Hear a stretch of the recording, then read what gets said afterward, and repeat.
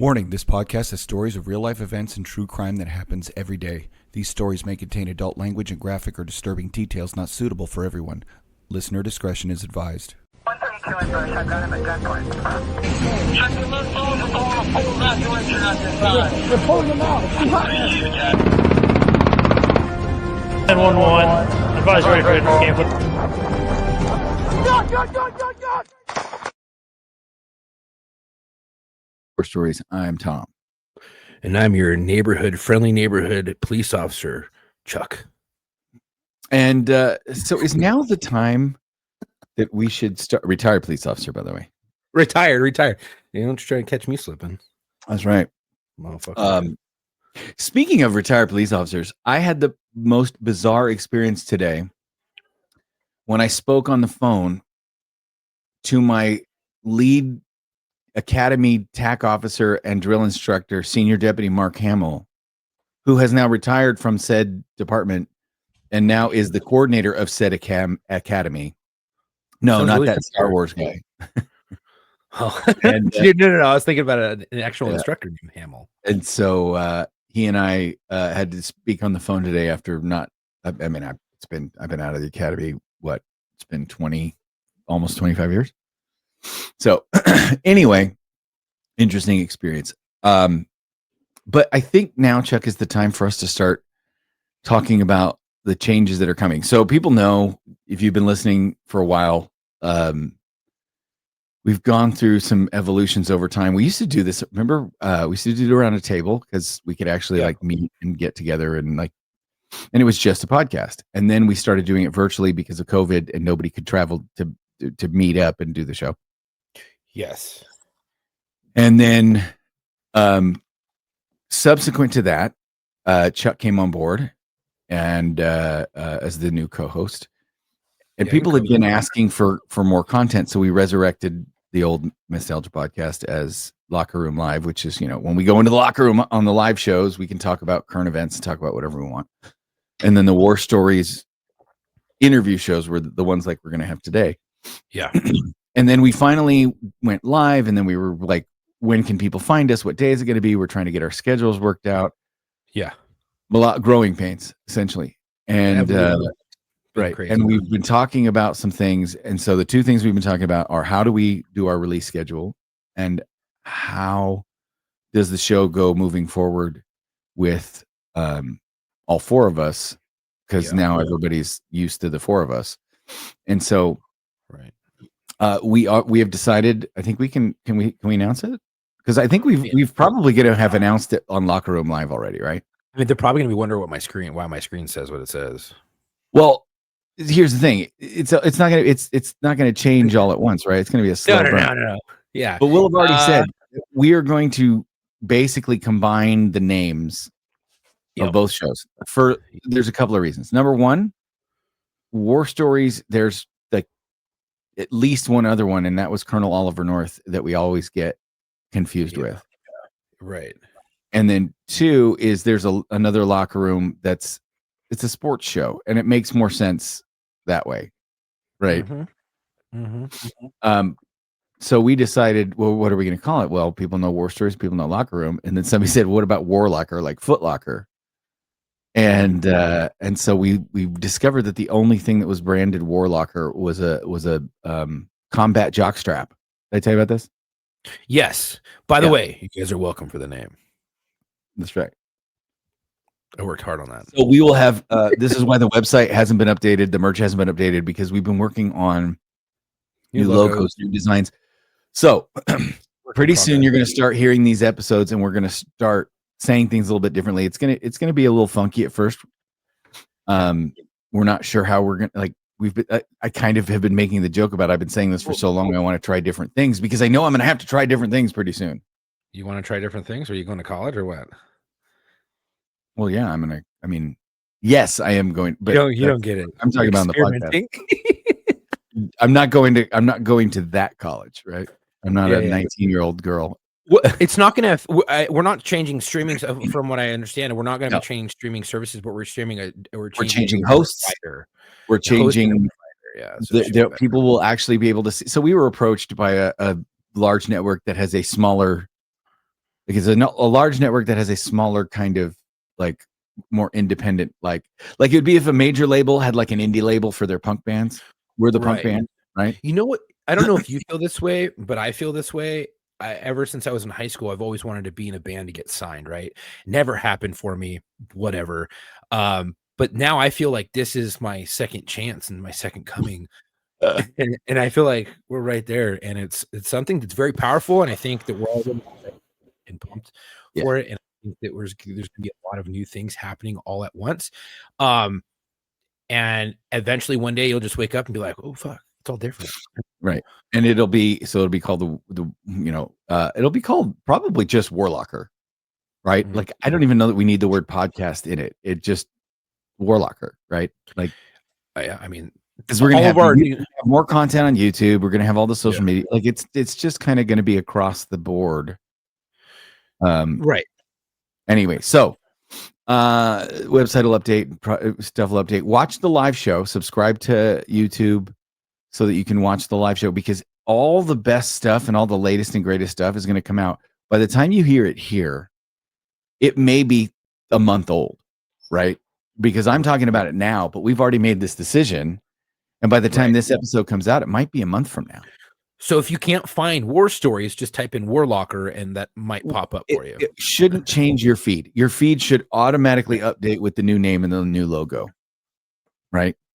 But you should be following us on YouTube. We're also have the Facebook and the Instagram, which are going to merge, right? So it will be one Facebook page for Warlocker and one Instagram page for Warlocker. But we will be operating backup pages because Chuck and I both know what it's like to get shadow banned, to get shut down. So all that being said, you'll hear more of Matt and more of Marco. Chuck and Marco and Matt and I have kind of worked out a formula on how we are going to start booking people in for guests and stuff like that. Because to me, it makes sense. For example, today's episode, Chuck. To me, I wish Matt were here. I do too, and it would be the great. last second we tried to change scheduling and do some wizardry, and we weren't able to make it happen. But this would have been a perfect episode. And Chuck, as you introduce our guest, I'm assuming people will be able to figure out why this would have been the perfect chance for 100%. Matt to come on as well. Yeah, well, and now we have awesome dude. I got a chance to talk to him right before the show. We have Kevin. Kevin is a New York, New Jersey SWAT medic, but now is a flight medic in Arizona. So former New York, New Jersey SWAT medic, and now flight medic. That's pretty freaking awesome. I've met a lot of SWAT guys and a lot of flight medics, but never both, unless you work SEB. And then that was different. But how are you, bro? I'm doing well, gentlemen. How about yourselves? Good. And if we're better than we have any right to be. If anyone remembers a guest we had on a while back, I guess it was like 2 years ago, Anthony Burgois. Is that Burgois or Burgos? Burgos. Anthony Burgos was on I want to say like 2 years ago. And those two are mates, and Anthony told him about us, and now Kevin's on. So we're glad to have you here, Kevin. And yeah. What was it like being SWAT, bro? So here's the thing. This is my first question. Are you a SWAT guy who became a medic, or a medic who went and embedded with the SWAT team? The latter. Yeah. I was a medic who got into SWAT. It was so here's a good one. This was 2012. It was year one I started in Jersey City as an EMT. I was in medic school at the time, and I started working as an EMT in Jersey City. And it was 2012, 2013, somewhere around there. It was my first year or two as an EMT, and there was a call out. We got a call for a either bipolar or schizophrenic patient. I can't remember which one, but he was barricaded in his apartment. It was a multi-dwelling unit in the south end of Jersey City. And so we had mobile crisis there, and they're calling the guy, they're banging on the door, they're trying to get him out. So it was me and my EMT partner, whoever it was at the time, our supervisor, and like I said, the mobile crisis was there, and we're on the landing, and we could see movement where this guy's window was, and the curtains were moving, and you could kind of see shadows a little bit. Then he turns off the light, you can't see anything, and so again, like I said, we're trying to get this guy out. He's not answering the door. He's not answering the phone calls. And so they call Jersey City PD, and then Jersey City ESU shows up, and that was my first taste for SWAT in real life. And it was really cool, just watching those guys, their tactics. I was paying attention to everything that was going on, and we were on the second floor landing, and the plan was to breach the door, and then obviously make entry. So I'm on the landing. The breacher comes up, hits the door opens. They throw in a flashbang. I remember seeing the flash through the window, and then obviously the bang right after. You hear that, and the cops go in, and I remember hearing paintball rounds. So they had a paintball gun, and instead of having paintballs in it, they had it was like OC spray inside of a paintball. Yeah. So you hear the pop pop pop, and a door slam, something like that, and then you hear officer hit, and then 3 gunshots, and so during it was a good lesson. I was 22, 23 at the time, and I recognized who I was in those moments. Before the gunshots ended, I ran in because I was there to help. Right. And I think I got in trouble by my supervisor. I can't really remember, but I was the first one to go in. And I remember, all the SWAT homies had their gas masks on, and I just go in there, I don't know what the hell I'm doing. And I go in and I just inhale everything, and I start just snotting all over, like tears running. They got the guy in handcuffs. He's got I flip him over. We get him onto our Reeves Reeves basket. And he's got a gunshot wound to the head, to the chest, and to the stomach. And it was wintertime, I remember, and the steps were all wet. This was an old building. So Jersey City, it's got a lot of cool history, but this structure was, it must have been at least 50, 60 years old. I mean, it was all like slate flooring, so it gets really slippery when it's wet. And I remember we're carrying this guy down the stairs. I'm coughing. I can't see anything. My eyes are running. My nose is running. And I end up slipping, and this patient falls on top of me while he's in the Reeves. I bust up my elbow. My elbow was killing me for at least 6 months, and we get him inside the back of the unit. And then the 2 medics who were there at the time, they started doing all the ACLS stuff, all the trauma stuff, and we got him over to the hospital. He obviously expired. But yeah, shot to the dome. yeah, shot to the dome, dude. And it was unfortunate, right? I mean, this guy was off his medications for X amount of weeks. He kept making these threatening phone calls to family and friends, and he was just out of his rocker, unfortunately. And right. But the cop actually ended up getting stabbed, I remember. But the thing that blocked it was his vest. It blocked it from actually injuring him. So that was cool. But yeah, that's what got you into SWAT, or the taste of SWAT, right? Yeah, that was that was my first taste. And then I became a medic when I was 24. So can I ask you this before you keep going?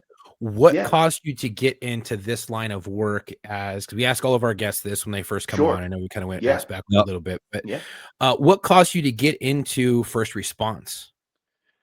So, great question. I was actually it was my first year of community college, and I was going to major in chemistry. For some reason, I don't know why, I liked high school chemistry, and I was just gonna major in chem. And then I had to take this public speaking class, and it was like a mandatory class. You got like 1 credit out of it, and some dude got up there. He was an EMT, and he was demonstrating how to perform CPR, and he asked the class who wants to be his air quote patient. And I was 19 at the time, 18, 19. I was like, oh yeah, I'll be your patient. And so, he started doing the CPR thing. He obviously did not perform CPR on me, and did not give me mouth to mouth. But he did not. yeah, just prefacing. I mean, I'm sure he wanted to. I saw the look in his eyes, but I was like, dude, not right now. And so yeah, he showed how to do CPR and stuff, and he explained, and I was kind of curious. I was like, what is this? What's an EMT do? And he starts telling me, explaining to me all about it. And he's like, an EMT, you could progress into a paramedic. And I'm like, well, what's a paramedic? And he starts telling me all this stuff. And I was like, this sounds really cool. So I right away, I think the next day or two, I changed my major. I started doing all the prereqs for medic school, got into medic school. At that same time, like I said, I was working as an EMT in Jersey City. And I got my medic cert and just started working as a medic, Wow. So all because one guy wanted to kiss you, you became a medic. Exactly. That is 100%. We kissed later. Okay. It's not that serious. He's like, and that's why I became SWAT. No, I'm just kidding, dude. That's fucking awesome, dude. That's your calling. I mean, that's great. Yeah. Change your freaking shit up on the spot, and you're like, damn. I guess you just love to help people. Yeah. I mean, you could do anything to help people, right? But I felt like this was the most appropriate thing, and I've always just wanted to be in something, just get in the shit. I don't know why. My brain has always been like that, right. Just do something, I get you. And then so you went from EMT, went through medic school, you became a medic. And so, and I think this is where you were going as you were talking earlier. How did you get from that medic call where the SWAT got called out to getting into being a SWAT medic? How'd that look? Yeah. So they were doing, first it was like just asking around type of thing. Like I remember our supervisors in Jersey City were like, hey, is anybody interested in joining SWAT? And I was like, yeah, like I'll do it. And then like just silence for like a year and a half. And I guess that they were working out because Jersey City was a hospital-based program. So I think the biggest hiccup was who's going to take on the liability. Is it going to be the hospital or is it going to be the county, right? And I think there was some deliberations going on. So it took about a year and a half. And then finally one day I'm showing up to work. I completely forgot about it, And I think my boss approached me or something like that. And he's like, hey, you still interested in SWAT? And I was like, who? What? Yeah, like, of course, So I had to, middle of wintertime, I met up at a track somewhere in the west end of Jersey City. We had to do a 1.5 mile run, some sort of O course, something like that. And then if we passed all the preliminary stuff, I had to go through an interview. And then got my gear. I started training. I did a couple of different training events. There was one. You guys ever heard of Tomahawk Training Solutions? No. Apparently it was formed by a bunch of SEALs or something like that. And so that was my first bit of training. We went to I think we went to an abandoned building or a foreclosed building or something like that. And that's when I started learning the tactics and, the entry, how to clear rooms and all that stuff. And it was pretty interesting. The two guys who were running it, they were SEALs. And I'm not going to lie, these guys looked like fucking substitute teachers, like just straight up nerds, like they showed up in like khaki pants, like a button down polo, like flannel pattern, and I'm like, you guys are SEALs, you look like you belong teaching a math class or something. And, so that was pretty cool. And yeah, just got onto the team. Yeah. I was on Bravo Squad, I think for about a year I was on the team. And then how old was I at this point? I think this was right during COVID and the George Floyd thing. Oh, shit. Oh, God. Yeah. What a time to be alive. What a time to be alive, man. And it was so interesting, man. I remember there was a protest going on in Hoboken, New Jersey. And we got called out. The medics got called out. It was me and like 6 other medics who were also on the team with me. And I remember, man, it was such a weird feeling. I remember I'm in the SWAT uniform, and obviously one has like the SWAT patch, and then the other one has a SWAT medic patch. And I would go to this bagel shop all the time in downtown Jersey City, and I'd get myself, a cup of coffee, a bagel, whatever. And I was there all the time in my medic uniform. We'd show up in the medic unit, and it was, business as usual. It was no problem. I remember that day, man, the climate was so intense. I showed up and people were looking at me like I was enemy of the state because I had all my SWAT gear on, but like I wasn't armed, we weren't armed as medics. They don't do that in Jersey, Oh, that's good. Was my next question. Were you guys armed? Like, did you have to go to the academy or anything like that? No, I don't. No, we didn't. There was like talks about it, but then again, it was like because it was hospital based. I think the admin and whoever else, they were like, guns, and Jersey, let's face it. Well, Jersey City anyway.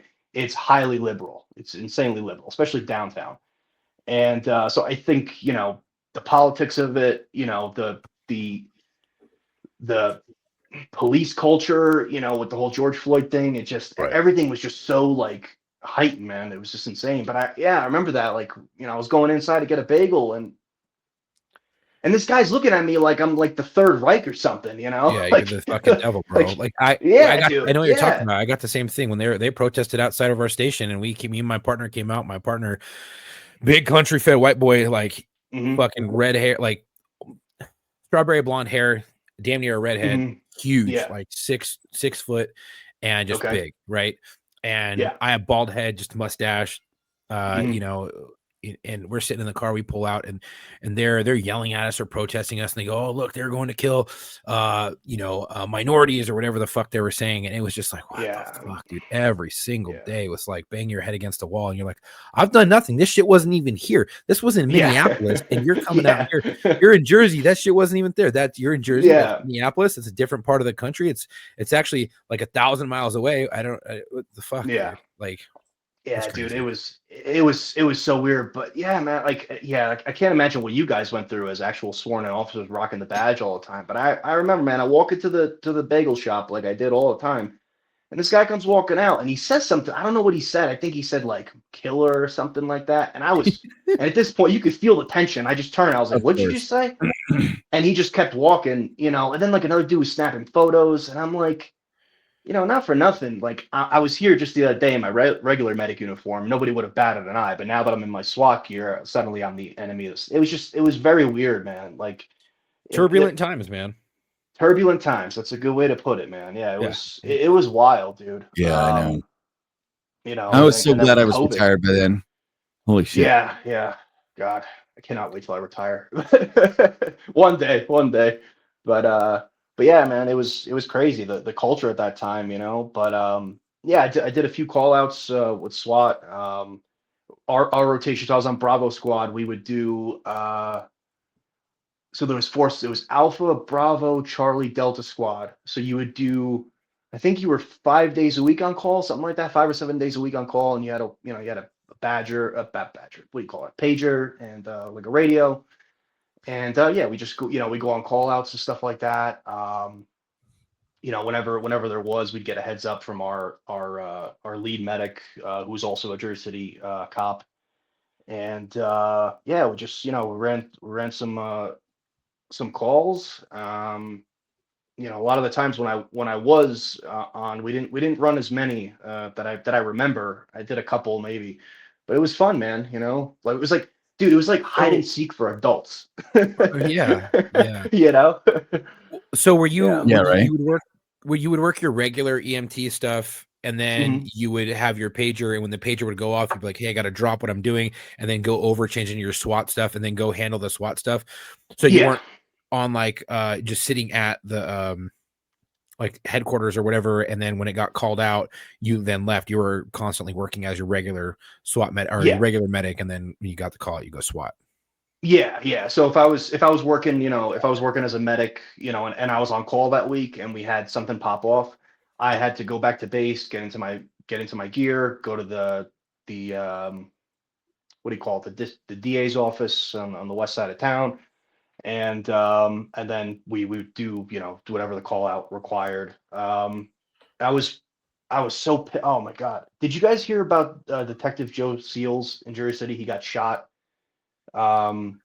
Joe Seals, like Joe Seals, Detective Joe Seals, SEALS. Like the animal, right? Okay. Yeah, Go yeah. ahead. Yeah, I was working that day. It wasn't my week on call. I think it was either Charlie or Delta Squad. It doesn't really matter, but it wasn't my week on call. I was working that day when he got fucking shot, dude. He got shot on like Garfield Avenue. There was a park on Garfield Avenue. They were looking for, I think, like suspected terrorists or something like that. It's kind of foggy. I'm sure I could pull it up, but I have it right here. oh, you got it. Okay, Yeah. yeah. He was shot in the back of the head. Yeah, yeah, he was shot in the back of the head. I think he just ripped that U-Haul Band-Aid off, Chuck. Jesus. Yeah, yeah. Sorry. Yeah, and no, it's so yeah, he found a U-Haul that matched the description, and I think he was going around the side, and the people that came out, they went around and they shot him in the head, and then they went to like a Jewish school or something like that. Please don't quote me on all of this. This was You're doing pretty several good. years ago. Thank you, thank you. Yeah, this is pretty fact spot check on. me in the real, you know. Yeah. But yeah, and then they went into like a Jewish school or something like that, and they were like trying to blow it up or something. And then everybody in the mother responded. You had Hudson County Regional SWAT, that was a team that I was on. You had Jersey City SWAT. You had the state police. It was crazy. I mean, I remember anything hearing like that, all the it's gonna be radio. all hands on deck, right? 100%, 100%. Yeah. But I remember I had the I had access to like the info. I can't remember what platform it was, but I remember I was listening to all the calls and stuff like that, and I was foaming at the mouth because I just wanted to go do shit, you know. And I remember I called dispatch. I was like, "Listen, I know it's not my week on call, but like I'm on the fucking team. Send me, like, you know." They didn't send me because unfortunately the city was blowing up, so they needed medic units. So it's what it was. But my friend, she was there, and they dealt with this guy in a or these two people or whatever in a very appropriate manner, which I thought was great. Oh yeah. Allegedly. yeah. Allegedly, you know, let's say the body may or may not have been underneath the Bearcat, you know, wrapped in some sort of axle device. I don't know. Shit, But they just ran the motherfuckers over. yeah, something like that. But you know, fuck them. Deadly force is deadly force. Well, they had a man. live pipe bomb that was later found inside the van that the two had abandoned before entering the store. These are not nice. Okay.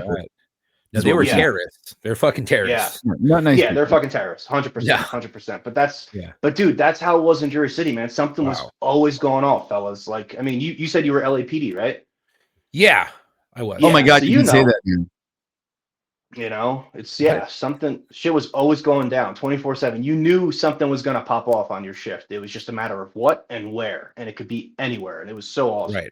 You know, it burns you out, but yeah, in a major metropolitan city, and I can only imagine being a medic unit where you're covering the whole city, not like working at a regular police beat where it's like, hey, you have this section of the city, and then these other division has this section. You're like, wherever the shit's popping off, if I'm working SWAT, I'm going everywhere. So I can only imagine. Did you have any crazy call outs as a SWAT medic, or most of your crazy stuff? Most the EMT stuff. Most of my stuff was when I was a medic on the street, you know, because I mean, look, with the SWAT guys, you know, they're tier 1 dudes. They go in, they handle shit. It was very rare that something would like pop off, you know. But most of my crazy calls was just working as a medic in Jersey City, just on the bus, you know. Do you guys were you part of like a RTF for you know, critical incidents like rescue task force, anything like that? Do you guys train those kinds of things as well? No, not us. No, Okay. we didn't do that. I was primarily, like I said, just a SWAT medic on the team, and then inner city medic with Jersey City. RTF, I don't know. I think Jersey City PD handled that. I'm not too sure, usually rescue task forces are usually, you know, an active critical incident, you know, as opposed to, you know, you're saying like you have police responding to the call you're talking about. Police are handling policing there. Yeah. Then you have those other incidents where the bad guys go after civilians first, whatever kind of active attack, whether it's a school shooter or a terrorist attack at a church or anything like that, right? And so you have, you know, stop the killing, stop the dying, and recover. And so the stop the killing part, obviously, there's your law enforcement component.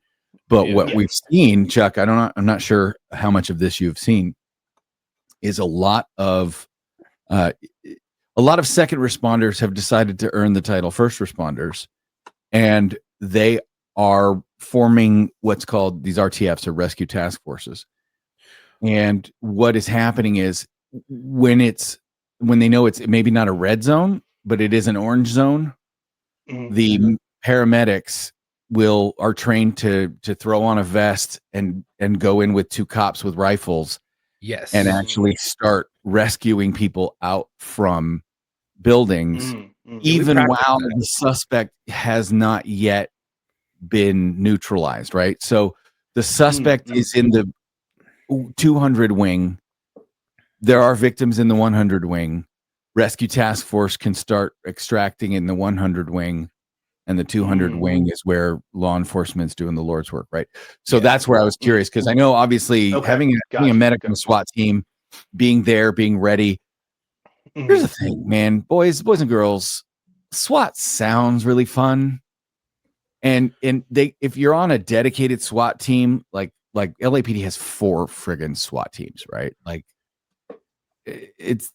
what are the platoons, Chuck? Well, D platoon is the SWAT team, and then you have Charlie platoon. But don't they have for their metro? No, I meant the guys inside. Like SWAT has different, like D team is the do multiple operations.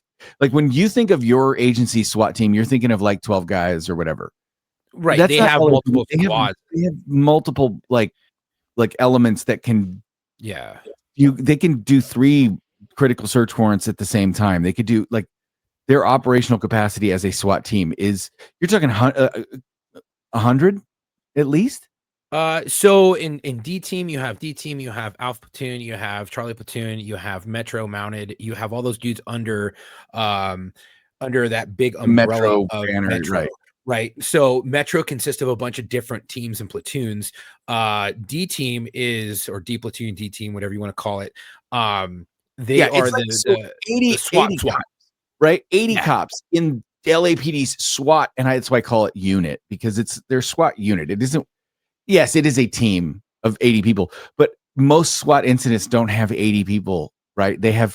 Look, I think Charlie platoon. They have fucking a shit ton of people. Like, so my point being, I don't know exactly in those kinds of situations with that deep of a bench, right? Unless you are going and serving search warrants and doing training every day of every week, right? Tell me if I'm wrong, Kevin. How many SWAT call outs total would you say you ended up going on as a SWAT medic? Oh, not like honestly, yeah, not many. Maybe there was like somewhere between 2 to 4, just because the way the rotation was, just because the way the week was sometimes, you know. So it wasn't many. Call, is it gonna right? And I did more training than I did calls. Correct. You know? Correct. If you're on a SWAT team, you are going to get great training. Yeah. But to your point about your best times not necessarily being the 4 SWAT callouts, most SWAT callouts, their negotiators are there. There's phone calls going around. They get people to surrender. If they don't get you to surrender, they're going to cold gas you. If you're really an asshole, they're going to hot gas you. But for the most part, unless it's a dynamic search warrant with known risks, SWAT's not going to go in. And so the medics are there really like you're kind of like waiting for something to happen in case, right? Yeah, and we would be yeah. So I can imagine that when you go there, the potential for something cool to happen is high. But the amount of time something cool actually happens on a SWAT call out is actually low, right? It's that frequency versus severity thing that you always look at in threat assessment. School shootings are not very common, but when they happen, they're devastating, and they affect tons of innocent people, all that kind of stuff. You know, So you really work to progress, but I guess you probably didn't have that same like again. SWAT was not your key thing that you did. No. It was just a small portion of all the other stuff I did. And like I said, most of the insane calls that I've done was just being a regular medic in the streets. I you totally know? get it because more of the crazy Yeah. shit that I saw was, like we had a SWAT guy, he got shot and stuff like that. I actually know very well. And that Mhm. was a rough fucking night. But Yeah. I bet. saw more hellacious shit happen on searches with canine than I ever did on like a SWAT call out. You know what I mean? Yeah. A guy would get Yeah. gassed or whatever and be all fucked up and crying and, maybe a use of force occurred, but that was it. There wasn't anything crazy and our medics were on standby and shit like that. Yeah. But most of the crazy shit I saw was all on the street, like on the regular daily hoofing it. And because you Yeah. come in contact with so much more shit. So was there anything that you really that was just absolutely wild that you came in contact with like on the street? Oh my God. Yeah. Fuck yeah, dude. How long you want this podcast to really be? I could go forever. Yeah, I actually have a photo, a canvas print photo hanging up in my office right now. And this was a woman. She got shot 9 times by her husband. She was serving him divorce papers in the South End of Jersey City. It's always the And South End, as Tom would say. so It is yeah, it was the always the South South End. End. Yeah, yeah. We have a dividing line in Jersey City. It's called Communipaw Avenue, and it basically separates like North Jersey City to South Jersey City. Anything south of Communipaw, it gets, depending on the block, it gets a little bit dodgy. You just got to know where to go, where to avoid. But anyway, so we're south of Communipaw. I can't remember the name of the street, and this was probably 8 years ago at this point. And we got there, and I think the detectives were on scene. Jersey City PD was on scene. ESU, which is Jersey City's version of SWAT, was on scene, if I remember correctly. And I think they had NYPD calls it that too, right? say it again. And I think NYPD calls it. It's the East Coast, like the New York. Yeah, yeah. NYPD calls it ESU. Yeah, exact, correct. Right. Yeah, you are correct. Right. So yeah, we get there, and one of the cops is like, "Hey, we have the husband. He's in handcuffs." And because it came in, I think it just said shooting, but it didn't really say what. And I remember I walk in there in the living room. She's on the floor, and you could smell the gunpowder. You could smell the fresh blood, and she's on the ground, just blood everywhere. And I get down next to her, and I'm talking to her, and she's awake, man. She's conscious and alert times 4. She's talking to us, and the only thing, God bless this woman, fucking true bravery. It always shines through, man. I've definitely seen that multiple times in my career, but the human spirit, man, it's alive and well. I don't care what anybody says, but in those moments, the only thing she kept asking was, "Where are my kids? Are my kids okay?" And we got That's information that her alive. kids were. Say it again. That's what's keeping her alive. Yeah, 100%, 100%. And I think the kids were in the house when it happened. The cops got the kids out. And this woman, she fought for her life. She had a defensive wound on one. I don't remember if it was her left or right hand, but this whole portion of the meaty portion of the palm was blown out because she grabbed the barrel of the gun, trying to defend herself and obviously protect herself. And this piece of shit just fucking pulled the trigger. And he shot her multiple times, throughout wherever. So we put tourniquets on her. We started IV. We gave her fluids. We got her over to the hospital. And the picture that I have hanging is actually the trauma bay, and it's got the operating light on it and some blood scattered around. And it was one of those few, it was a career defining call. Like we saved that woman's life. And the crazy thing, dude, the craziest fucking thing about this story, man, the next day, it was early morning. I'm on shift in Jersey City. I'm walking into the hospital. Now, I'm not going to lie. I was walking into the hospital because I was trying to kick it to this nurse who was in the ER. Yeah. And, and I was trying to see if she wanted coffee. So me and my partner, we walk in there, and this older black dude comes walking out, and he goes, "Hey, I just want to say thank you guys." And I didn't know, like thank me for what? Like, what are you talking about? Right. And he goes, you saved my daughter's life. The woman who got shot multiple times Wow. today. You guys saved her life. And to this day, man, I don't know how this guy put 2 and 2 together that it was me and my partner who did this. And yeah, it was an amazing moment, Wow. Yeah. And it's absolutely crazy, So Those 360 moments are sometimes the best. You get closure, and I feel like those just really help your psyche, keep you. Yeah, 100%. That we've talked about that so many times that we are so bad about following up on stuff that we've done or seen, or did people make it? Are they okay? it's too busy. How do you keep up with that? You know, like I said, Right. it was not even 24 hours later. I already forgot about the call because it's so busy there. You don't have time to process what's going on. Right. You know, Yeah. and yeah, it was a beautiful moment, man. You know, Yeah. it really was. Those don't happen all that often. I mean, I know you see it No, on like no. TV shows and they come up and they're like, "Oh, thank you," but it's the reality of it is that when you're working in a major metropolitan area, you handle so many calls for service on a daily basis that you could be 20, Yeah, 30 calls deep in a 12-hour shift, maybe yeah, a little bit more.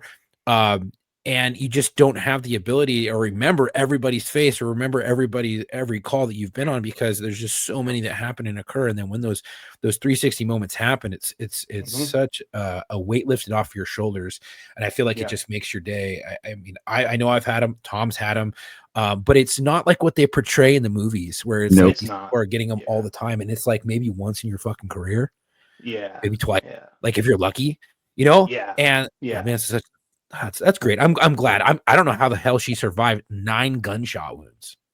I Yeah, mean, right. that was a bad shot, clearly. You know, Well, dude, you think about he Stacy probably did Lynn. one of these, you know, again, like Oh, he saw in Grand fuck. Theft Auto or something. I don't know, but yeah, fuck that guy. You know, I hope he's somewhere underneath a Fuck jail that cell, guy. fucking rotting piece of shit. You know, so. Um, but yeah, I mean, you know, we had so many calls, man. We had unfortunately we had a lot of pediatrics who died. You Mm. know, for some reason, man, I don't know why. Well, I know why, but it's crazy. My partner and I, Armando.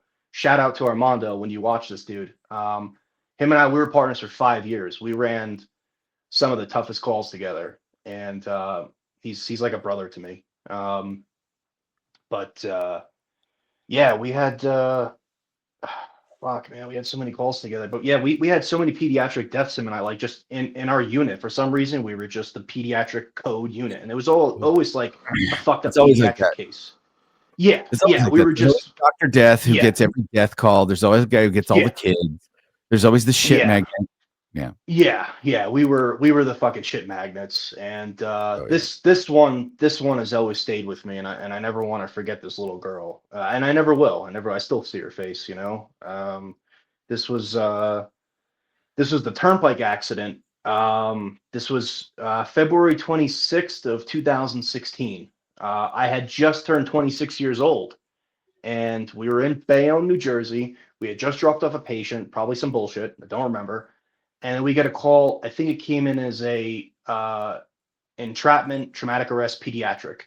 And my partner and I, Armando and I, we jumped to the truck. We drove over there, and I remember like it was fuck, dude. We're coming up to the toll plaza that connects the turnpike from Jersey that will take you to Bayonne. And there's helicopters overhead. There's state police. There's firefighters. There's another one of my medic units over there that worked with us, and their FD was cutting this girl out.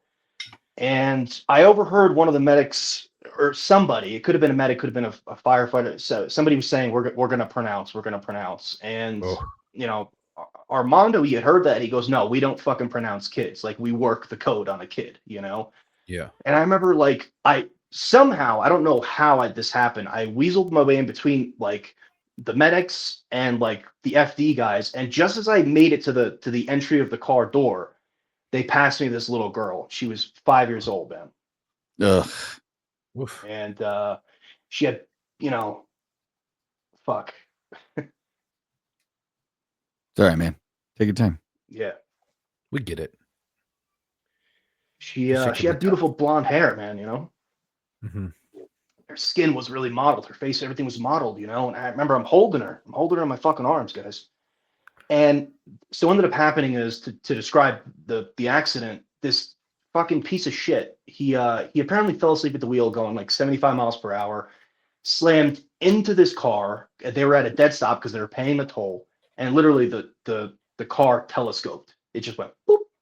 And yeah, the father, you know, he was in the driver's seat. Obviously, the girl was in that little booster seat thing for the kids, and they both died on impact. You know, and the Mm. father, he had a sheet over his head. I remember. So, like I said, you know, I grabbed this girl and I'm holding her, you know, and she's just fucking lifeless. And I remember the seatbelt cut into her abdomen. They got hit so hard that it cut through all of her fat, and you could see her abdominal wall. you know? And Oh my gosh. yeah. And I remember I looked at my partner and I was in shock at this point. I'd only been a medic, what, 2, 3 years, something like that. And I remember I looked at him and I said, Armando, what do I do? And he's like a total fucking awesome human being that he is. He goes, bring her here. And I'm like, oh yeah, duh, there's an ambulance. Bring her that, So, I put her in the stretcher. We get her into the back of the medic unit.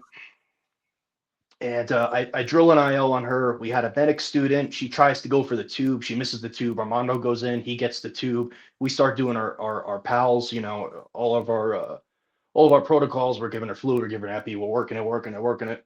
And we get over to the hospital and we work the code for 45 minutes in the trauma bay. That same trauma bay where that woman was shot 9 times, that same fucking trauma bay.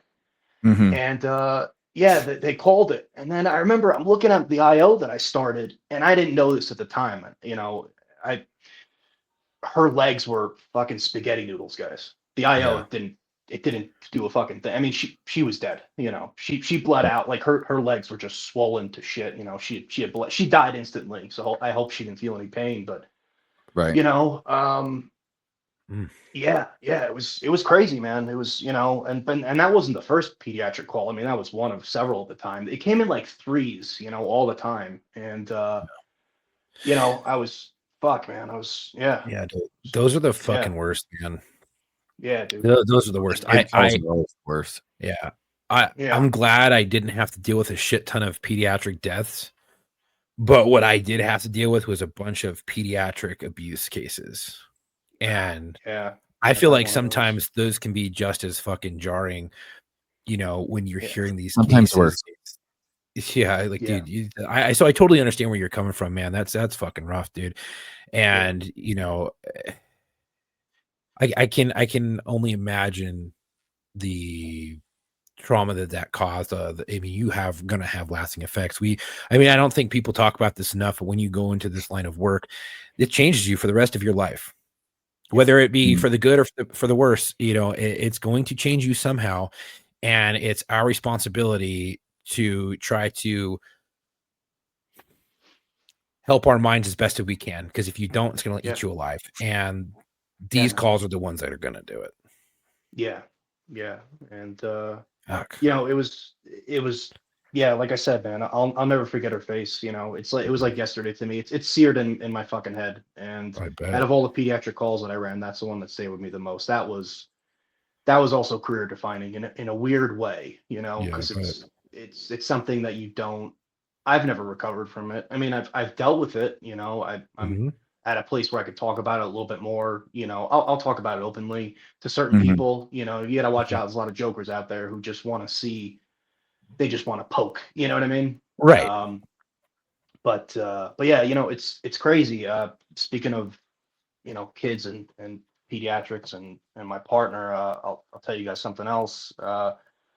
So like I said, Armando and I, we ran a lot of pediatric calls and pretty much every kind of call you can imagine with kids. And I remember him and I, we were working. This was about 5 to 7 years ago.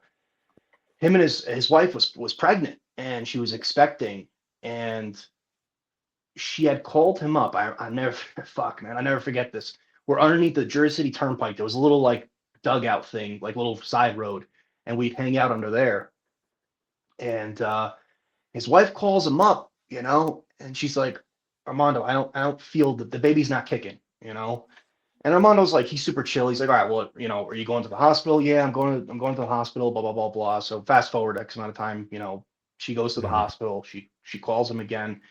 Hey, they can't find like a heartbeat on the baby, and I'm watching this transpire in real time. He's next to me in the driver's seat, and he looks at me and goes, hey, we got to go to the hospital. I said, absolutely, let's fucking go. So I think we went like lights and sirens to the fucking hospital. And I called our dispatch. I said, hey, we're out of service. And they're like, why are you out of service? I said, don't worry about it. I'll let you know. And I hang up the phone because it wasn't any of their business at that time. We're not putting it out there because we don't know what's going on. We get there and Armando, he's a strong, silent type. You know what I mean? He's one of those dudes, and we got there and the they couldn't find the heart sounds, the heart tones, and they ended up delivering a stillborn. And it was the first time I've seen, it was the first and only time I've seen that man cry, you know. And I was so blessed to be with him, because like that's my brother. That was my best friend, you know. That was my guy, you know. He trained me, you know. Right. And I was so happy just to be there for him, just be supportive. Like, you need to cry, dude, fucking cry. I don't care. You need to punch a wall, like, you do what you got to do. I'm here. I got you, bro.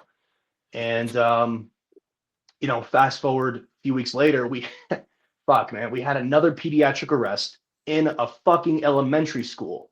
This kid coded in the middle of fucking class, dude. Just dropped dead in the middle of class. You know, I think he was like, I don't know, 9 or 10. And we get the call, you know, and we go inside. I intubate the kid in the fucking classroom, you know, and we're doing all the pals, all the stuff. And, you know, you had Jersey City Fire there, you had PD there, you had everybody in the mother there, because that's what happens, obviously, naturally, of course. Mm-hmm. And I remember, you know, we clear out, we clear from the hospital, we brought the kid died. And I look at Armando, and the usual MO when there was a pediatric death, that medic unit would either be out of service for the rest of the day, or at least a couple hours, just to kind of, you know, compose themselves and then get back out and do a call, you know. And I'll never forget, man. I look over to him, he's in the driver's seat, and I said, "Hey, man, are you good? What are we doing? You call it." And he looked at me, he goes, "Bro, after what happened to me, there's nothing that can hurt me. There's nothing that can touch me anymore." And I said, "Roger that. What do you want to do then?" He goes, "I'm good to be in service if you are." I said, "I'm good if you are. Let's go." And we ran another call, and we just kept doing it. And it was crazy, man, because you realize, like, for him, it was, I've seen hell, you know, for him. That was his hell. My hell was all the pediatric deaths that we had and being fucking burnt the fuck out, you know? Yeah. And I was like, "Yeah, you're good. I'm good." And I think we went to like a bullshit chest pain after that, and we were just like laughing, like, "Are you fucking kidding me?" I think it was like stomach pain or something. Why are you calling 911? Do you realize what we just fucking went through? You know, like fuck that's you. That's that burnout. Yeah, dude, right. You know? Yes, absolutely burnout. Yeah, man, and it's just, you know, crazy shit. Like I said, man, I got stories for days, but well, you know, as we're getting ready to close to the end of this podcast, because we've been rapping for a hot minute, already, and shit, you have so many more stories. We would love to have you back with our brother Matt. Matt is an EMT. Sure. He's a Navy vet. We would love to have you back to chat with him as well for, you know, a part 2 or just another episode. So we'd love to have you on, but you've been through so many rough things, and we love to do this podcast. We know it helps people. Is there one piece of advice before we get into your dedication? Is there one piece of advice that you could give other people on how to deal with the stressors that they are going to come across in this line of work, because you have dealt with a shit ton?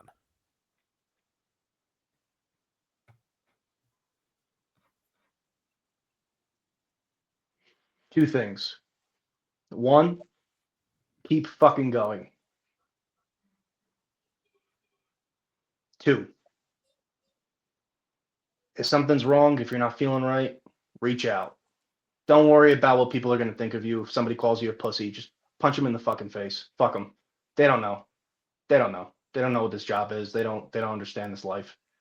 And reach out, you know? And I preach that all the time. You know, check on your buddies, check on your friends, call them, text them, fucking show up, man. Something's going down, show up. I have a group of I have a group of friends back home in Jersey that if they were to call me or text me right now, I'm leaving everything. If I got work tomorrow, hey, I'm not coming into work. I gotta catch a flight. It's like that, 100%. So keep going and reach out. We've 100%. Said this before, but it's as simple as saying, "You good?" Yep. Yeah. Exactly. Oh. Wow. Yeah. All right, Chuck. What do you got for? Do we have our dedication? Yeah, he's got a dedication. All right. Yeah. I got three quick dedications. Obviously, Jersey Mike, Armando Velez, OG partner, and my medic instructor, Billy McDonald. That man, yeah, he saw a lot of good in me, and he believed in me, and he helped me get through medic school, because medic school was tough. And I'll never forget the kind words that he said to me at the end of the medic program. He said, "Kevin, you have potential to be great. Keep learning, keep growing, and I think you're going to be a great paramedic one day." And I don't know if I have achieved that. I have no idea. You'll never hear me say I'm a good paramedic. You'll never hear me say I'm good at fucking anything. But I'm still going, man. I'm still going. So, Well, yeah, shout that's out all to you those can do. people. Keep moving Yeah. forward. Put one foot in front of the other. That's it. That's it, That's fellas. what you have to do. Yeah. Well, let's see here. I think that takes us about to the end, Chuck. What do you have for us? Yeah, well, I want to say, man, Kevin, thank you so much for coming on. I know you've dealt with a lot, and for everybody else that's listening, and we preach this all the time. If you know someone who's struggling, or you're struggling yourself, reach out. It goes both ways. There are so many friends that I know that you've reached out to, and they're struggling. That's going to change the outcome of their day. So make sure you reach out, and if you need help, reach out to a buddy and just be like, "Hey, you want to go grab a bite to eat or a beer or something?" And they're going to know something's up, because you're probably not normally used to doing that. And you guys are going to go out and you're going to be able to talk about it. And that's the best way to get this shit off of your chest, is to talk about it. And I want to say thank you all for today for tuning in. If you enjoyed today's episode, make sure to follow us on our Instagram at war_stories_official. Soon this will all be changing. And our Facebook at War Stories Podcast. If you're already following, we'd really appreciate it if you could share a post and help spread the word. You can also check us out, link in our bio on both platforms to find all of our social media, our media links, and website. Our podcast is available on all major streaming platforms, including YouTube. Make sure to hit that notification bell, like and subscribe, all that funny mumbo jumbo. That will notify you every time we come out with a live episode. Anytime something drops, you will be able to catch it. And if you don't have those notifications set up, I don't know what you're doing with your life. So figure it out. If you'd like to support us, head over to our website at www.warstoriesofficial.com. That's going to be changing soon as well. There will be drop shipping available stuff on there, more merchandise, new logos, things like that, and it'll be a lot faster shipped out. We do all this stuff from our home, and a lot of the times shit gets lost in the sauce. It is what it is. We apologize for that, but at the same time, we're going to be changing everything, and it's going to be 10 times fucking better. And watch out for all the new shit. It's awesome. Do you have a story? Huh? I said, I hope all that's true. It hasn't happened yet right now. So no, it hasn't, but we are working on it. We just have a couple more things to tighten up. Right. Do you have a story to tell? You know someone who does? We're always looking for law enforcement, veterans, corrections officers, dispatchers, firefighters, medics, ER docs, and ER nurses to feature on the show. If you're interested, email us at booking.warstories@gmail.com. Or even better, go to linkedin.com/War Stories Podcast, where you can talk to Dylan, the producer. He will book you. That's the faster route to go. I do check booking, but life gets busy. LinkedIn's way better. You can also DM us, email us, do all that stuff. Click the link in our bio, and you can reach everything. And make sure to check us out on TikTok, www.tiktok.com/War Stories Locker Room. Thank you for the support. Stay safe. And until our next episode, come home with your shield or on it.